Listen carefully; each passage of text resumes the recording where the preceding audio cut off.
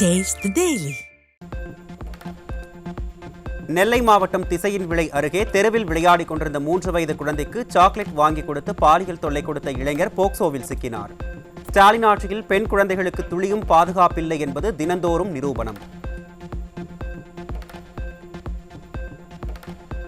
நாமக்கல் மாவட்டம் திருச்செங்கோடு அருகே அரசு மருத்துவமனையில் இரவு நேரத்தில் பெண் நோயாளிகளுக்கு பாலியல் தொல்லை கொடுத்த இளைஞர் சிக்கினார். அரசு மருத்துவமனைகளில் ஆய்வு நடத்துவதாக வெற்றி விளம்பரம் தேடும் அமைச்சர் மாசு இதற்கு என்ன நடவடிக்கை எடுக்கப் போகிறார் என்று மக்கள் கேள்வி. சென்னை கொடுங்கையூரைச் சேர்ந்த 16 வயது சிறுமியை திருமணம் செய்து கர்ப்பமாக்கிய இளைஞர் போக்சோவில் பிடிபட்டார். தமிழ்நாட்டின் பல்வேறு பகுதிகளில் கடந்த சில மாதங்களாக குழந்தை திருமணங்கள் சர்வசாதாரணமாக நடைபெறும் நிலையில் சமூக நலத்துறை அமைச்சர் கீதா ஜீவன் இது குறித்து என்ன நடவடிக்கை எடுக்கப் போகிறார் என மக்கள் கேள்வி. கடலூர் மாவட்டம் விருத்தாச்சலத்தில் இருவேறு இடங்களில் குழந்தை திருமணங்கள் நடைபெற்ற நிலையில் சிறுமிகளை திருமணம் செய்த இளைஞர்கள் மீது போக்சோவில் வழக்கு பதிவு. நிர்வாக திறனற்ற ஸ்டாலின் ஆட்சியில் குழந்தை திருமணம் செய்தவர்கள் மீது கடும் நடவடிக்கை எடுக்காமல் பெயரளவுக்கு மட்டுமே நடவடிக்கை எடுப்பதால் இதுபோன்ற அவலம் தொடர்ந்து நடைபெற்றுக் கொண்டிருப்பதாக மக்கள் ஆதங்கம். திண்டுக்கல்லில் சிறுமியை வன்கொடுமை செய்த வழக்கில் தலைமறைவாக இருந்த ஆட்டோ ஓட்டுநர் பிடிபட்டார். சிறுமியை கடத்திச் சென்று பாலியல் வன்கொடுமை செய்த வழக்கில் 20 ஆண்டுகளாக தலைமறைவாக இருந்த ஜாஃபர் சாதிக் சிறையில் அடைக்கப்பட்டார்.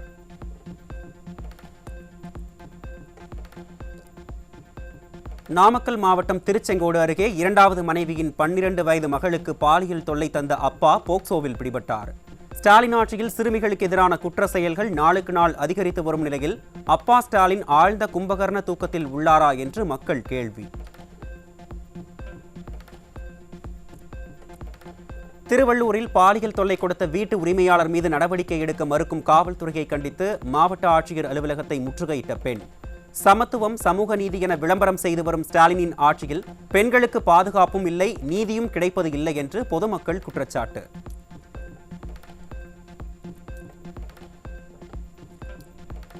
நாமக்கல் மாவட்டம் மோகனூரில் மது குடிக்க பணம் தராததால் பாட்டியை கட்டையால் அடித்துக் கொன்ற பேரன். மது என்ற அரக்கனால் இன்னும் எத்தனை குடும்பங்கள் இதுபோல் சீரழியுமோ என்று மக்கள் அச்சம்.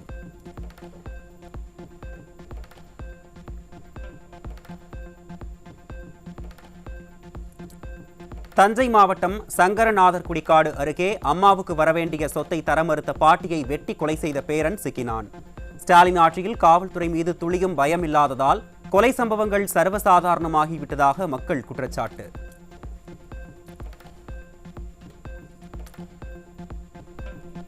ராணிப்பேட்டையில் நள்ளிரவில் மது போதையில் மாமியாரை வெட்டியும் முதிய தம்பதியை இரும்பு ராடாலும் அடித்து கொலை செய்த மருமகன்.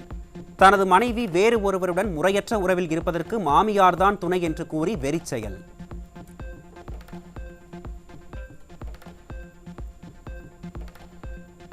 வேலூர் பழைய பாலாற்று மேம்பாலத்திற்கு அடியில் இரத்த காயங்களுடன் இளைஞர் சடலமாக மீட்பு. திமுக ஆட்சியில் மர்மமான முறையில் கொலை சம்பவங்கள் அரங்கேறுவது தொடர்கதையாகி வருவதாக பொதுமக்கள் குற்றச்சாட்டு.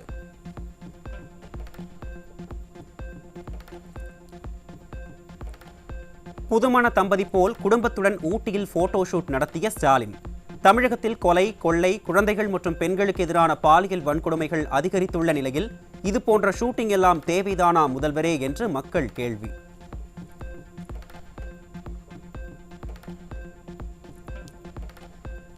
தமிழ்நாட்டில் பெண்களின் பாதுகாப்பு கேள்விக்குறியாகி போதைப் பொருள் புழக்கம் அதிகரித்து சட்டம் ஒழுங்கு சந்தி சிரிப்பதாக மக்கள் குற்றச்சாட்டு. தமிழ்நாடு குற்றங்களால் தவிக்கையில் முதல்வரின் குதூகலம் தேவையா என்றும் மக்கள் ஆதங்கம்.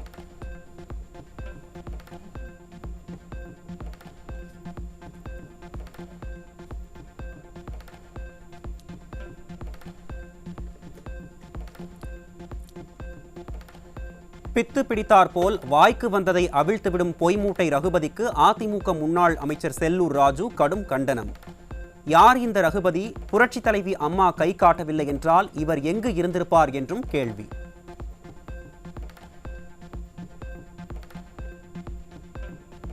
அதிமுக தொண்டர்களின் உழைப்பை உறிஞ்சி உண்ட வீட்டுக்கே ரெண்டகம் செய்யும் ஒட்டுண்ணியை விட கேவலமானவர்தானே இந்த ரகுபதி என முன்னாள் அமைச்சர் செல்லூர் ராஜு காட்டம். அண்ணா பல்கலைக்கழக பாலியல் வழக்கில் ஞானசேகரனுக்கும் திமுகவுக்கும் சம்பந்தமே இல்லை என பச்சை பொய் பேசியவர்தானே இந்த ரகுபதி என்றும் முன்னாள் அமைச்சர் விமர்சனம்.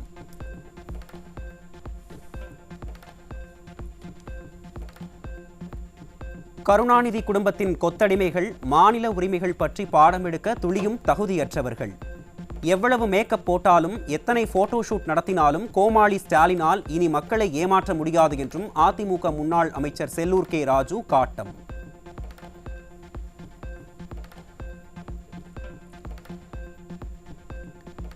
சென்னை பெரம்பூரில் இளைஞர்களின் வாழ்வை சீரழிக்க கடத்தி வரப்பட்ட 5.5 கிலோ கஞ்சாவுடன் சிக்கிய நபர். எதிர்க்கட்சித் தலைவர் எடப்பாடி கே பழனிசாமி கூறுவது போல் ஸ்டாலின் ஆட்சியில் போதைப் பொருட்களின் கேந்திரமாக சென்னை மாறி வருவது அம்பலம்.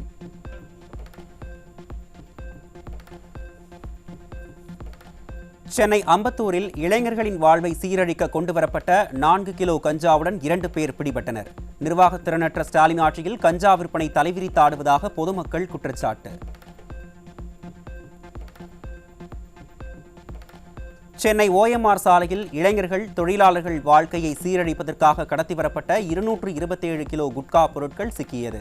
ஸ்டாலின் ஆட்சியில் போதைப் பொருள் விற்பனை தங்கு தடையின்றி நடைபெறுவதாக பொதுமக்கள் குற்றச்சாட்டு.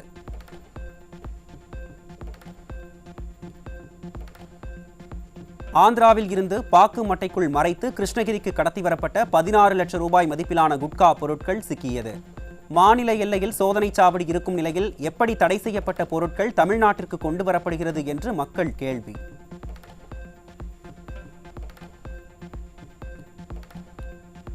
அதிமுக ஆட்சியில் செயல்படுத்தப்பட்ட மீஞ்சூர் கடல் நீரை குடிநீராக்கும் திட்டம் நிறுத்தப்பட்டதால் போதிய அளவு குடிநீர் கிடைக்காமல் மக்கள் அவதி. மக்களின் குடிநீர் தட்டுப்பாட்டிற்கு நிர்வாகத் திறனற்ற ஸ்டாலின் ஆட்சியே காரணம் என மக்கள் குற்றச்சாட்டு.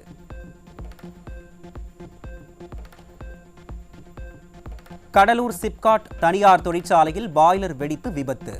50க்கும் மேற்பட்ட வீடுகளுக்குள் ரசாயன கழிவுநீர் ஆறாக ஓடிய நிலையில் 20க்கும் மேற்பட்டோர் மருத்துவமனையில் அனுமதி.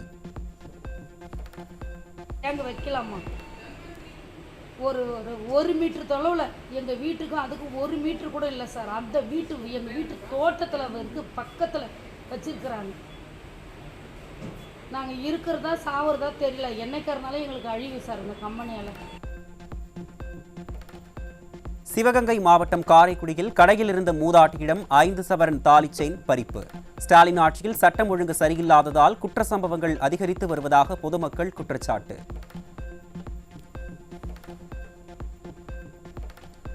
சென்னை கொட்டிவாக்கத்தில் வீட்டின் பூட்டை உடைத்து 60 சவரன் தங்க நகைகள் கொள்ளையடித்து தப்பி ஓடிய நேபாள தம்பதி.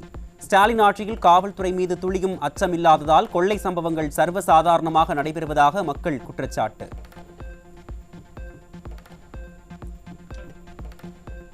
சென்னை கொடுங்கையூரில் இளைஞரை கட்டி போட்டு வீட்டில் இருந்த 30 சவரன் தங்க நகை மற்றும் வெள்ளி பொருட்களை கொள்ளையடித்த இளம்பெண் உட்பட 3 வலைவீச்சு. கிரிண்டர் செயலி மூலம் வீட்டுக்கு வந்த நபர்கள் கைவரிசையை காட்டிவிட்டு தப்பி ஓட்டம்.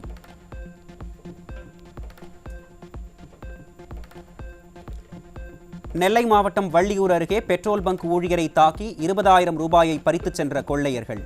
ஸ்டாலின் ஆட்சியில் செயல்படாத ஏவல் துறையால் வழிப்பறி, திருட்டு, கொள்ளை சம்பவங்கள் தொடர்ந்து அதிகரித்து வருவதாக குற்றச்சாட்டு.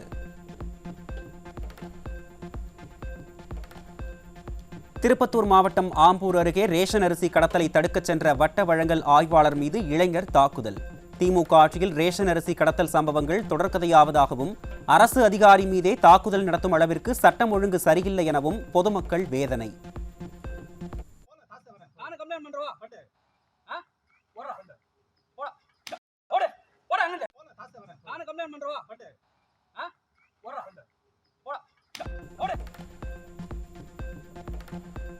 கடன்களை வலுக்கட்டாயமாக வசூலித்தால் 5 ஆண்டு சிறை என விடியா ஸ்டாலின் அரசு மசோதா கொண்டு வந்த சுமார் 20 நாட்களில் 8 பேர் உயிரிழந்தது அதிர்ச்சியை ஏற்படுத்தியுள்ளது. தங்கள் விளம்பரத்திற்காக விடியா அரசு கொண்டு வந்த இந்த மசோதா கந்துவட்டியை ஒழிக்கவா அல்லது கந்துவட்டி கும்பல்களின் நலனை காக்கவா என மக்கள் கேள்வி.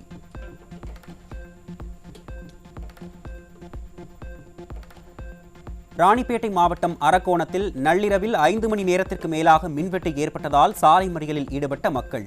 மின்சாரம் இல்லாததால் நிம்மதியாக உறங்கக்கூட முடியவில்லை என்றும் மின்வாரிய ஊழியர்கள் அலட்சியமாக செயல்படுவதாகவும் குற்றச்சாட்டு.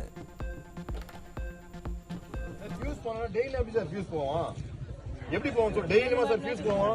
நீங்க பகல்ல போய் பராமரிப்பு பண்ணா ஏன் ஃபியூஸ் போகாது? நம்ம தொடர்ந்து கரண்ட் ஆஃப் பண்ணா சார் பண்ண முடியல. இப்போ சரி நாளைக்கு எத்தனை மணிக்கு இருப்பீங்க? கரண்ட் ஆஃப் பண்றது இல்ல. காலைல எத்தனை மணிக்கு இருப்பீங்க சார்?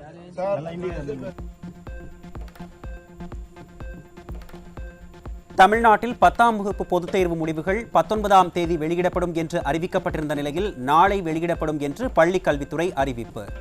பிற்பகலில் 11ஆம் வகுப்பு பொதுத் தேர்வு முடிவுகள் வெளியிடப்படும் என்றும் www.tnresults.nic.in மற்றும் www.dge.tn.gov.in என்ற இணையதளங்கள் வாயிலாக தெரிந்து கொள்ளலாம் என அறிவிப்பு.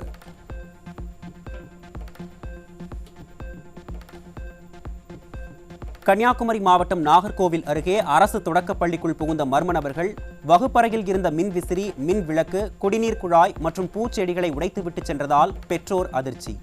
தற்போது பள்ளிக்கு கோடை விடுமுறை அளிக்கப்பட்டுள்ள நிலையில் அரசு பள்ளியை பாதுகாப்பதில் ஸ்டாலின் அரசு கோட்டை விட்டுவிட்டதாக பெற்றோர் குற்றச்சாட்டு.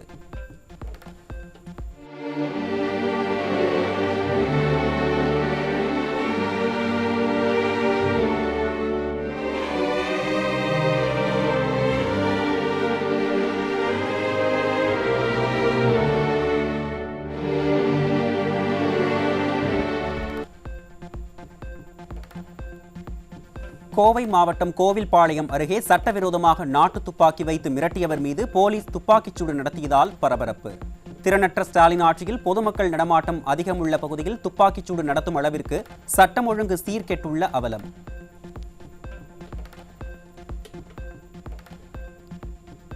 முன்னாள் முதலமைச்சர் எடப்பாடி கே பழனிசாமி தலைமையிலான அதிமுக ஆட்சியில் தமிழகத்தில் ஐபோன் உற்பத்தியை தொடங்கிய ஃபாக்ஸ்கான் நிறுவனம் ஸ்டாலின் ஆட்சியில் தன் விரிவாக்கத்தை உத்தரப்பிரதேசத்திற்கு கொண்டு சென்ற அவலம்.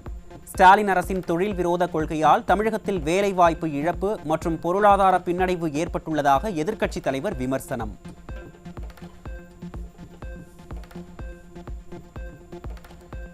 திருவண்ணாமலை மாவட்டம் செங்கம் மற்றும் சுற்றுவட்டார பகுதியில் பெய்த மழையால் அறுவடைக்கு தயாராக இருந்த நெற்பயிர்கள் நீரில் மூழ்கி சேதமடைந்ததால் விவசாயிகள் கவலை.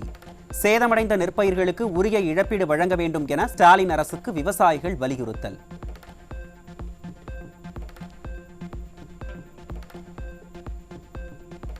தூத்துக்குடி மாவட்டம் சாத்தான்குளம் அருகே நெடுங்குளம் மற்றும் சுற்றுவட்டார பகுதியில் 30,000க்கும் மேற்பட்ட வாழை மரங்கள் முறிந்து விழுந்து சேதம். வாழை மரங்கள் அனைத்தும் குலை தள்ளிய நிலையில் தங்களுக்கு கடும் சேதம் ஏற்பட்டுள்ளதாகவும் அரசு முறையாக கணக்கெடுப்பு நடத்தி இழப்பீடு வழங்க வேண்டும் என்றும் விவசாயிகள் வலியுறுத்தல்.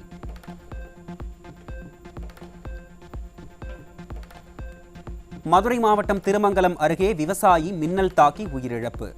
ஆடு மேய்த்துக் கொண்டிருந்த போது நேர்ந்த பரிதாபம்.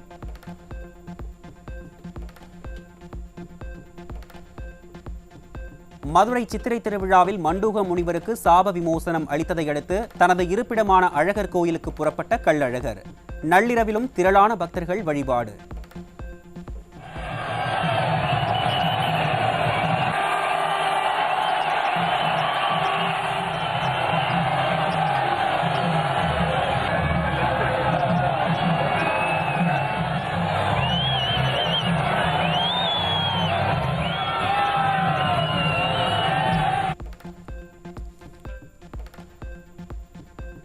வேலூர் மாவட்டம் குடியாத்தத்தில் கவுடன்யா மகாநதி ஆற்றங்கரையோரம் உள்ள ஸ்ரீ கெங்கையம்மன் கோயிலில் சிரசு திருவிழா கோலாகலம்.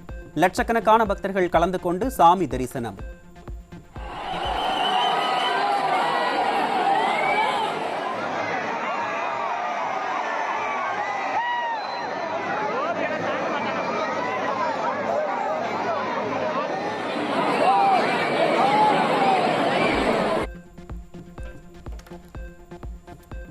சென்னையில் ஆபரண தங்கத்தின் விலை சவரனுக்கு 1,560 ரூபாய் குறைந்து ஒரு சவரன் 68,880 ரூபாய்க்கு விற்பனை. தங்கத்தின் விலை இன்றும் குறைந்துள்ளதால் நகைப்பிரியர்கள் மகிழ்ச்சி.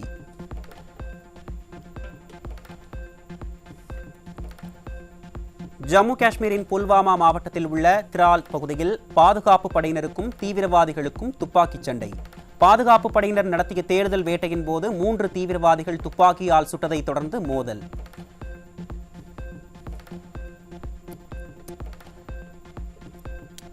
இந்தியாவின் ஆபரேஷன் சிந்தூர் நடவடிக்கை நவீன போரில் மாபெரும் வெற்றி. ஓய்வு பெற்ற அமெரிக்க ராணுவ அதிகாரி ஜான் ஸ்பென்சர் புகழாரம்.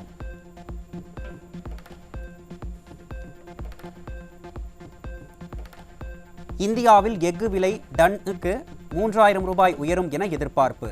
டாடா ஸ்டீல் நிறுவனத்தின் கருத்துப்படி கோக்கிங் கரி பயன்பாட்டு செலவு டன்னுக்கு $10 குறையும் என தகவல்.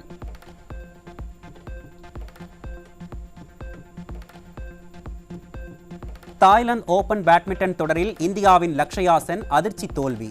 மற்றொரு போட்டியில் இந்திய வீரர் பிரியான்ஷு ரஜாவத்தும் தோல்வியடைந்ததால் ரசிகர்கள் கவலை.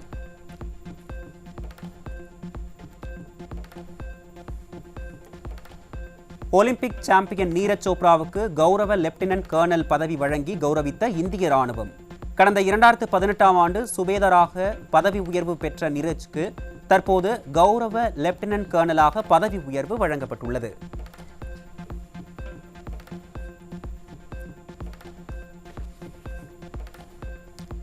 அசர்பைஜான், துருக்கி நாடுகளுக்கு சுற்றுலா செல்லும் இந்தியர்களின் எண்ணிக்கை 60% குறைந்துள்ளதாக தகவல். இந்தியாவுடன் மோதிய பாகிஸ்தானுக்கு 2 நாடுகளும் ஆதரவு தெரிவித்ததால் இந்தியர்கள் புறக்கணித்துள்ளனர்.